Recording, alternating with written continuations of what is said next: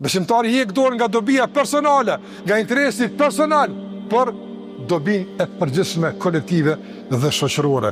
Që ky është muslimani, që shpëtojmë se Allahu Azza wa Jall, që të paradojmë të keqen, të paradojmë konfliktet, të ndërmarrim masa të caktuara për të pajtuar mes palëve, mos të rrim indiferent, por ta luajmë rolin ton, secili nga këndvështrimi, nga pikpamja dhe nga kompetencat dhe mundësitë që i ka, për të paraluar më të keqen.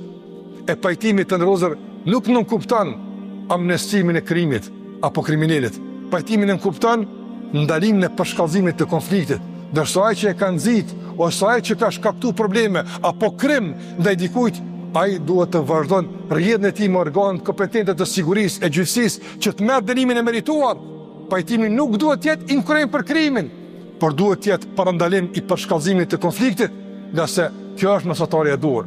As amnestim për krimin e as inferioritet kashi për qarës dhe konfliktit, por qasje mesatare mbi atë që na ka mësuar Allahu xhallahu ala dhe praktikisht na ka mësuar Muhamedi alayhi salatu wasalam.